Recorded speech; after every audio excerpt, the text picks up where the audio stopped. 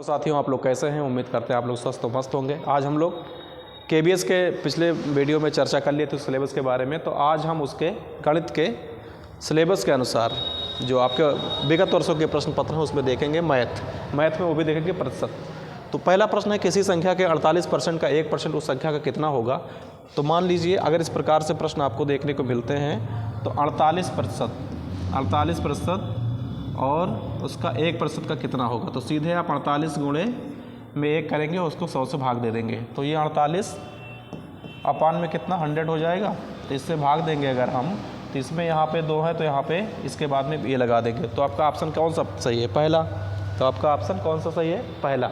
उसके बाद में अब हम दूसरे प्रश्न की तरफ चलेंगे। नेक्स्ट प्रश्न की तरफ देखें। अगला प्रश्न आपका है, अजय ने अर्धवार्षिक परीक्षा में 325 अंक और वार्षिक परीक्षा में 416 अंक प्राप्त किए, तो उसके अंकों में कितने % की वृद्धि हुई? वृद्धि प्रतिशत पूछा है, उसके अंकों में कितने % की वृद्धि हुई ये ज्ञात करना है। तो अजय ने अर्धवार्षिक परीक्षा में कितने अंक प्राप्त किए हैं? 325। अजय ने कितने अंक प्राप्त किए? 325 अंक प्राप्त किए। और उसके बाद में वार्षिक परीक्षा में कितने अंक प्राप्त किए? 416। तो दोनों में कितना ज़्यादा प्राप्त किए, कितना अंतर किए? तो 325 में 25 जोड़ेंगे तो कितना हो जाएगा? 75 और 16 91। उन्होंने कितने अंक अधिक प्राप्त किए? 91, 91 अंक अधिक प्राप्त किए। और किसके सापेक्ष प्राप्त किए, यानी कि ज़्यादा कौन था?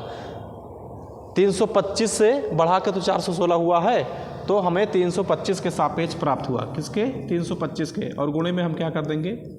100 कर देंगे।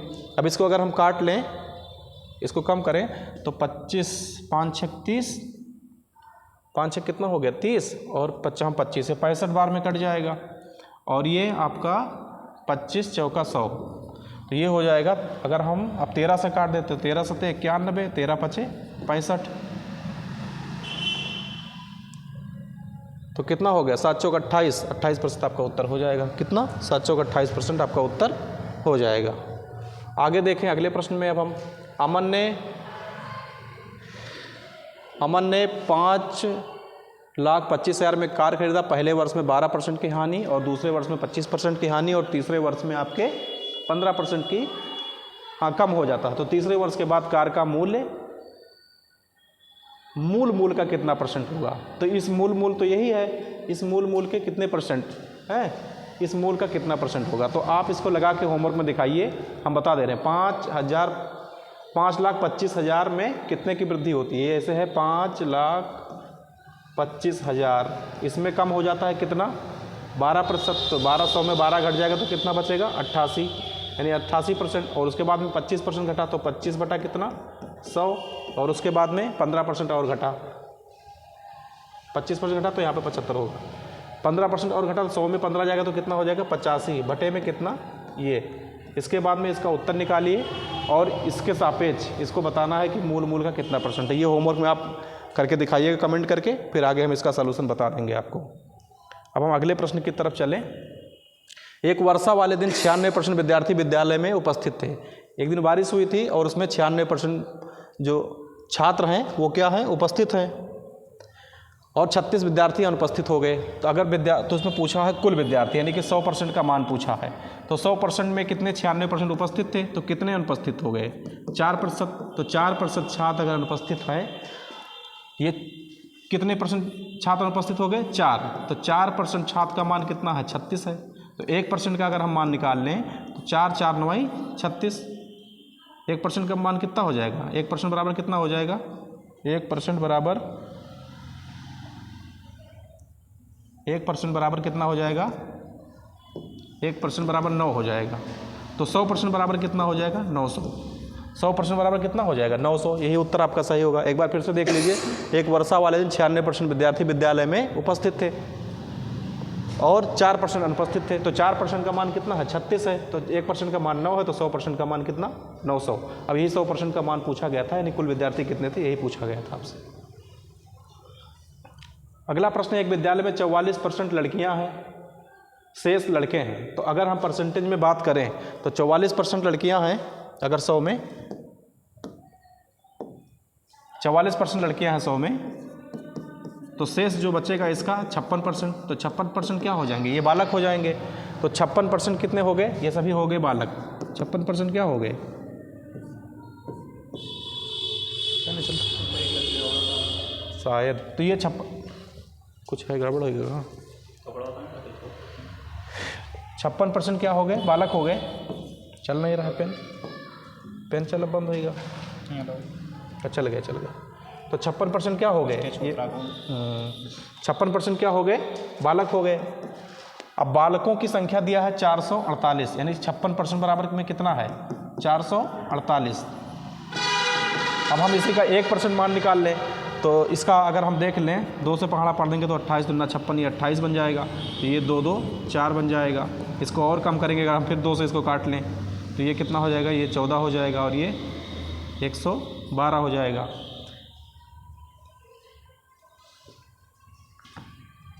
तो 14 फिर 7 7 और 56 कितना? 800 हो जाएगा, क्योंकि इसका 1% का मान कितना हो जाएगा? कितनी बार में कट रहा है? कितनी बार में कट रहा है? कितनी बार में कट रहा है?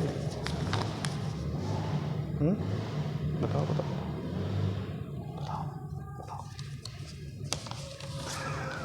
रुक जाओ यार गुरु जी, बताइए कितनी बार में कट रहा है? 800 है ना। तो 56% का मान ये कितना आ रहा है? 8 बार। 14 28 8। तो विद्यालय में लड़कियों की संख्या पूछा है, लड़कों की संख्या इतना, तो लड़कियों की संख्या, तो ये अगर 1% बराबर 8 तो 100% बराबर कितना? 800 हो जाएगा। अब हमें लड़कियों का मालूम है, लड़कियां कितनी हैं? 44% है। तो 44 गुणे 8 कर देंगे तो कितना आ जाएगा? 44 गुणे 8 कर देंगे तो कितना हो जाएगा? 44 गुणे 8 कितना होता है? कितना? 352। तो ये आपका कितना हो जाएगा? 352। तो ये उत्तर, ये डी वाला सही होगा, ना कि ये तो 100% का मान है। डी वाला कितना हो जाएगा? 352। आगे प्रश्न अगर हम देखें, एक घन के आकार के कमरे की बीमाएँ 10% बढ़ा दी गई हैं।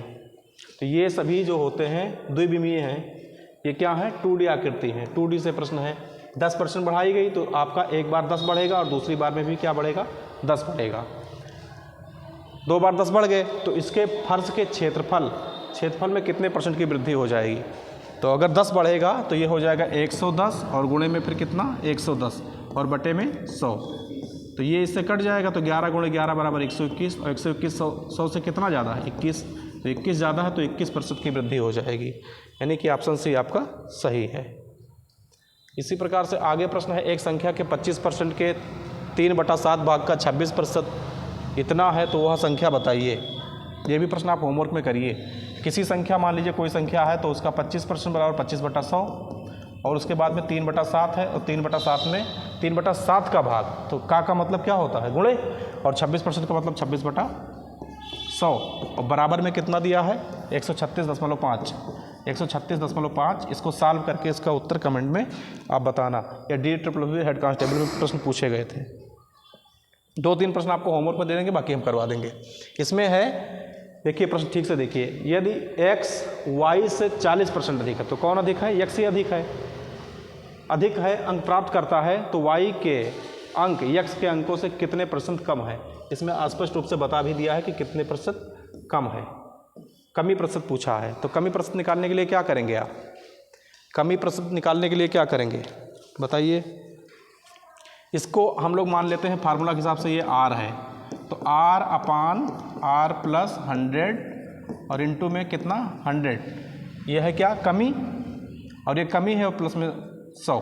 तो इसको देखिए, r का मान कितना दिया है? 40, और ये 40 इसका मान है और यहाँ पे 100 और इंटू में 100। तो ये कितना बन जाएगा? 40 बटे में 140 और गुणे में 100। तो ये इससे कैंसिल हो जाएगा, तो ये बन जाएगा 400/14 और या फिर बन जाएगा, इसको 2 से अगर हम काट दें तो 200/7। अब हम 7 से भाग करें 200 को, 7 से भाग करेंगे 200 को तो कितना आएगा? चलिए 7 से भाग कर लेते हैं 200 को, तो 7 दूनी 14 और यहाँ पर आ जाएगा 6। हाँ, तो ये 6 है, और यहाँ पर 60, तो 7 56, तो ये 28 के समथिंग में आ रहा है। तो आपका उत्तर डी ही सही होगा। उत्तर कौन सा सही है? डी। ये प्रश्न आप लोग होमवर्क पे कर लेना, देख लेना कैसे किस प्रकार से किया जाएगा। हम बता देते हैं थोड़ा सा कि कैसे करना है आपको, फिर करके बताना। यदि यम, इधर से ही बता दें, यदि यम प्लस यन, यम प्लस यन, ये कितना है? 15%। 15% का मतलब 15/100। और उसके बाद में क्या दिया है? यम माइनस यन, यम माइनस यन का है कितना? 65%। 65%, तो 65 का मतलब कितना हो जाता है? 65/100। अब हम क्या करेंगे, इसको तो बराबर के चिन्ह है तो यहाँ से इसको काट देंगे, और इसको भी काट सकते हैं, तो 5 से काट दीजिए। 5 3 15, और इसको फिर क्या करेंगे? 5 से काट 13 बार में, तो यम प्लस यन, और इधर ये 3 है, और बराबर में कितना है? यम माइनस यन है, और इधर कितना है? चलो दोनों साइड लिखने से कोई दिक्कत नहीं है। तो ये क्या बन जाएगा? 3m प्लस 3n, और इधर क्या हो जाएगा? 13m, और माइनस में 13n। अब इसको आप काट के उत्तर हमें आगे वाला बताइएगा, आगे इसको सॉल्व करके बताना, फिर हम आगे सॉल्व करवा देंगे। कहे अब ये लोग बताएं ना कमेंट करके कि पूरा हल करवाएं, पूरा हल करवाया करें। चलिए, एक परीक्षा में 40% विद्यार्थी भौतिकी में, और 45% छात्र भौतिकी में, और 40% छात्र किसमें? रसायन विज्ञान में फेल हो गए। 45% छात्र भौतिकी में, और 40% छात्र रसायन विज्ञान में फेल हो गए। उसके बाद है, यदि 35% विद्यार्थी दोनों विषय में फेल हो गए तो कितने प्रतिशत विद्यार्थी दोनों में फेल हो गए? ये पूछना है। तो इसका है, देखिए इसका सूत्र याद रखिए, पहले विषय में फेल, पहले विषय में फेल, विषय में फेल, प्लस दूसरे विषय में फेल, दूसरे विषय में फेल, और यहाँ माइनस दोनों विषय में फेल, दोनों विषय में फेल। और अगर कभी पास देगा तो भी रहेगा, पहले विषय में पास प्लस दूसरे विषय में फेल, और उसके बाद में दोनों विषय में फेल। तो इस प्रकार अगर हम देखें तो पहले विषय में कितना है? 45% अनुत्तीर्ण है, और दूसरे विषय में 40%, दूसरे विषय में कितना? 40%, और दोनों विषय में कितने हैं? दोनों विषय में यदि 35% विद्यार्थी दोनों विषय में अनुत्तीर्ण हो तो कितने % विद्यार्थी दोनों में? तो दोनों में कितने? 35% विद्यार्थी फेल हैं। अब हम 45 और 40 जोड़ के कितना हो जाएगा? 85। 85 में अगर हम 35 घटा दें तो उत्तर कितना आ जाएगा? 50%। तो ये उत्तर आपका कौन सा हो सही है इसमें? 50%। तो ऐसे में जब आपको प्रश्न दिए जाते हैं तो उसमें पूछता है कि एक परीक्षा में 45% छात्र भौतिक में तथा 40% छात्र रसायन में अनुत्तीर्ण हुए, यदि 35% छात्र दोनों में फेल हुए तो कितने % विद्यार्थी दोनों में फेल हुए? तो पहले विषय में फेल, दूसरे विषय में फेल, माइनस दोनों विषय में फेल। पहले में 40, 45 में 40, और ये उसका उत्तर ऐसा आ जाएगा। ठीक है, पहले विषय में कितना? 45, और दूसरे विषय में कितना? 40, और दोनों विषय में कितना? 35। तो 45 और 40 मिला के 85, और इस पर से 35 घटाएंगे तो 50% आपका उत्तर हो जाएगा।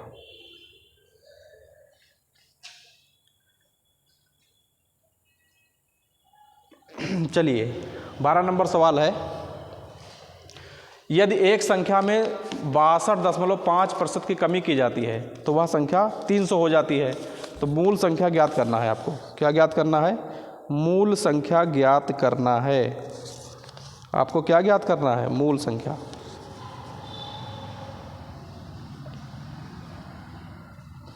तो अगर हम देखें एक संख्या में अगर हम 62.5%, कितना? 62.5%, अगर हम देखें 62.5% की कमी की जाती है, कोई संख्या कितना होता है? 100%। तो 100 में अगर हम 62.5 घटा देंगे तो कितना बच जाएगा? 37.5। कितना आएगा? 37.5। ये कितना हो जाएगा? 37.5। अगर कोई संख्या में 62.5 की कमी की जाती है तो वह 300 बन जाएगी। तो अगर हम एक संख्या है हमारे पास 100 में हमने 62.5 की कमी की तो वो संख्या कितना हो गया? 37.5 हो गया। और ये संख्या किसके बराबर है? 300 के बराबर है। अगर हम इसको अंकों में इसको अगर हम 37.5 को 375 करेंगे तो ये भी संख्या कितनी हो जाएगी? ये भी यहाँ 0 बढ़ेगा, 3000 हो जाएगा। अब इसको आप सीधे सीधे काट लीजिए, देखिए उत्तर कितना आ रहा है।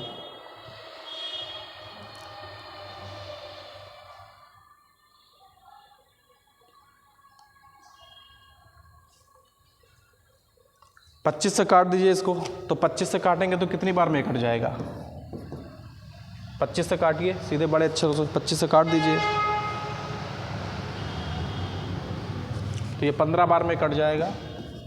और यहाँ कितना हो जाएगा? 120। तो अब हम इसको 15 से काटेंगे तो 15 अट्ठे कितना हो जाएगा? 15 एकन्नम 15 अट्ठे 120।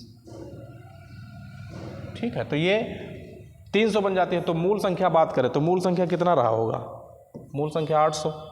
मूल संख्या कितनी? 800। आगे प्रश्न देखो। राम की आय में 30% और 20% की वृद्धि होती है। राम है, राम की आय में 30% और 20% की वृद्धि होती है, तो उसकी आय में प्रभावी प्रतिशत परिवर्तन ज्ञात करिए। राम की आय, कुछ भी उसका आय रहा हो तो उसमें 30% और 20% की वृद्धि होती है। आइए देखें, ये पीआरटी में पूछा गया। तो राम की आय में 30% की वृद्धि, तो 100 में अगर वृद्धि होगी तो ये कितना बन जाएगा? 130।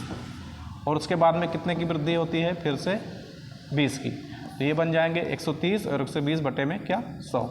और यहाँ से इसके हम गुणा कर देंगे, 0 0 कट जाएगा तो 13 गुणे 12 कितना होता है? 156। 13 गुणे 12 कितना होगा? 156। और 156 100 से कितना ज़्यादा है? 56 ज़्यादा है। तो ये कितना वृद्धि हो जाएगी? 56% की वृद्धि हो जाएगी। कितने की वृद्धि हो जाएगी? 56% की। ऐसे प्रश्नों में देखिए, अगर पूछा जा रहा है कि राम की आय में क्रमशः 30% और 20% की वृद्धि होती है तो उसकी आय में प्रभावी प्रतिशत, तो एक बार 30 बढ़ा तो 130 हो गया 100 से बढ़ करके, और 20 बढ़ा तो फिर 120 हो गया, बटे में कितना? 100। इस 0 से ये 0 कैंसिल हो जाते हैं, और 13 गुणे 12 कितना? 156। और 156 100 से कितना ज़्यादा है? 56 ज़्यादा है, तो 56% इसका उत्तर हो जाएगा। पी की आय का 75%, पी की आय का 75% क्यू की आय के 37.5% के बराबर है। पी की आय का 75%, अब पी की आय कितना है? 24 है, तो क्यू की आय बताइए। तो पी की आय कितना है? 24,000 है। पी की आय 24,000 है और क्यू की आय के 37.5% के बराबर है। तो 37.5 यहाँ पर लिखा हुआ है, तो 37.5 का अगर हम दूना करें तो कितना बन जाएगा? 37.5। अगर हम इसको दूना गुणे 2 से करें तो कितने के बराबर आ जाएगा? 75 के बराबर आ जाएगा। तो P की अगर 1 गुना है 24,000 है तो Q की कितना होगा? 2 गुना होगा। Q की कितना होगा? 2 गुना होगा। और पूछा किसकी है? Q की आय पूछा है, तो 24 का दूना कितना होगा? 48 हो जाएगा। 24 का दूना कितना? 48,000, यानी कि आपका आंसर डी सही है। फिर से एक बार देखिए, इन्होंने कहा है कि P की आय का 75% Q की आय के 37.5% के बराबर है। तो अगर P का 75% है तो इसकी कितना है? 37.5% है। और 75% का मान कितना? मतलब यही 75% है। P का इसकी है 24,000, तो इसका 37.5 के बराबर है, तो इसका क्या हो जाएगा? दूना हो जाएगा। तो ये 48,000 उसका उत्तर हो जाएगा। आगे यदि किसी संख्या का 8.5% उसी संख्या के 4.5% से 1.6 अधिक है तो उस संख्या का मान बताना है। चलिए उत्तर बताइए आप लोग फटाफट। किसी संख्या का 8.5% कितना है? 8.5, इसमें भी प्रतिशत लिखा है और 4.5 के आगे भी प्रतिशत लिखा है, इसलिए कहूँ परसेंट में नहीं बदलेंगे। नहीं तो 8.5 को हम 100 से इसको भाग करते तो निकालते, लेकिन नहीं निकालेंगे। और इसमें क्या है? 4.5% है, तो अंतर कितने का हो जाता है? 4 का। अब ये 4 का अंतर किसके बराबर में है? 1.6 के बराबर में। 4 का अंतर किसके बराबर में है? 1.6 के बराबर में है।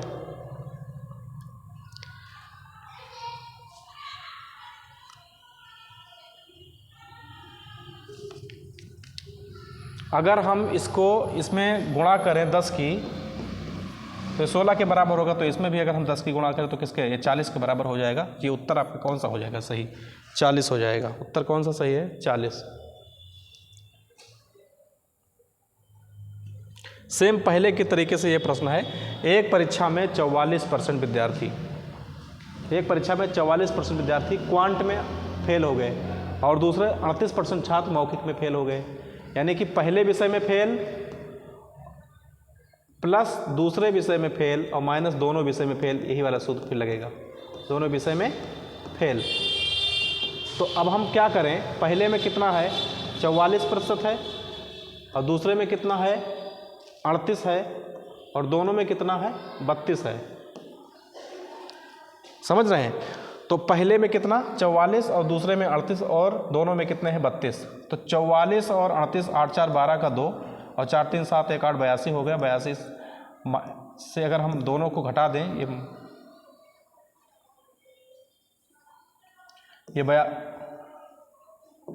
82 है, 82 माइनस 32, तो ये कितना हो जाएगा 50% हो जाएगा। विषय में यदि 3 से 50 विद्यार्थी दोनों विषय में उत्तीर्ण हो तो कितने विद्यार्थी परीक्षा में बैठने के लिए उपस्थित हुए।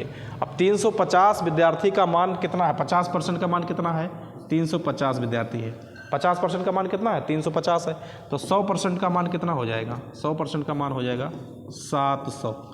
तो इस उत्तर में कितना कौन सा सही होगा, ये सही होगा 700।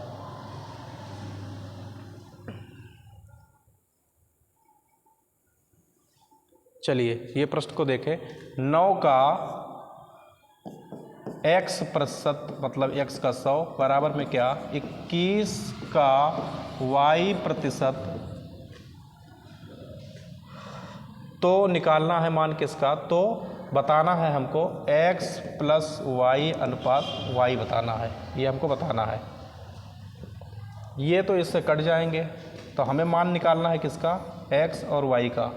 किसका निकालना है, x और y का। तो इसको भी काट ले, 3 और 3 7 21,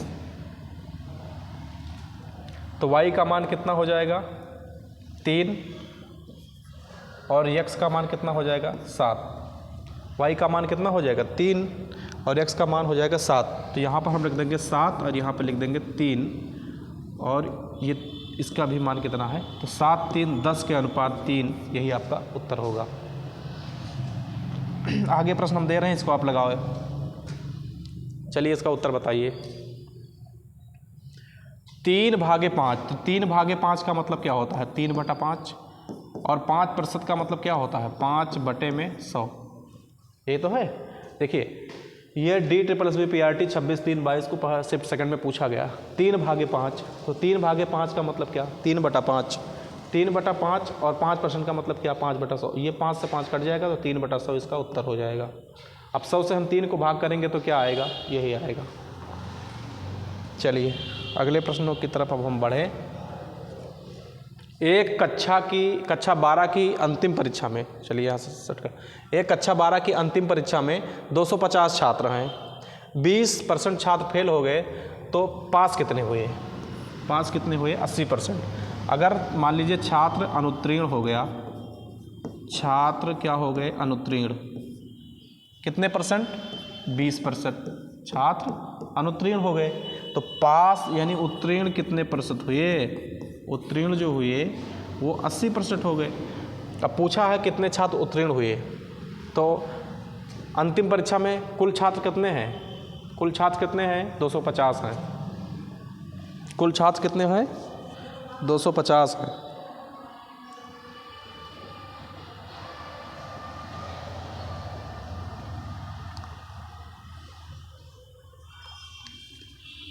तो 250 का 80% निकाल दीजिए, 80% तो पास है ना, तो 80% का मतलब क्या होता है 80/100 और टोटल बालक कितने हैं 250 हैं। एक जीरो से एक जीरो कैंसिल, इससे 25 अट्ठे कितना हो जाएगा 200 बालक कितने ये हो गए पास, 200 बालक पास हो गए, तो फेल कितने हो गए 50 और टोटल हाई कितने 250। तो ये पास हो गए 50 फेल हो गए, टोटल कितने हो गए 250।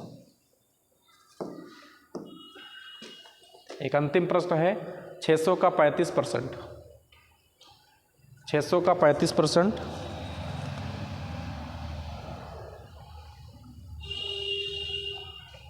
चलिए इसमें है 600 का 35%, मतलब 35/100, और x का 100% बराबर में कितने में क्या है 35.7 है। तो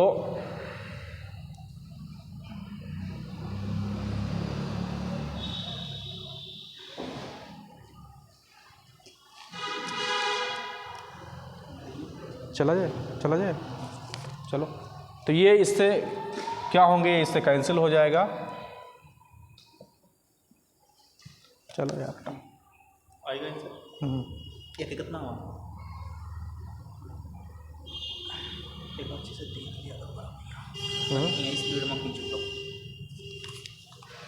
है सूर्य काट देगा नहीं, रहे दो। तो इसका हाँ रहे दो, इसको होमवर्क में करना है, लोग करना चाहें तो, नहीं तो फिर कल बता दिया जाएगा आप। चलिए आज के लिए इतना ही था, ये आप होमवर्क में करना, सर ने कह दिया है कि इसको होमवर्क में इनको दे दीजिए, ये करके लाएंगे। तो 600 का 35% इसका कर लेना, और इसका इस उत्तर से 100 से इसका गुणा भाग करके देख लेना, अपना कैलकुलेशन बताना फिर कल।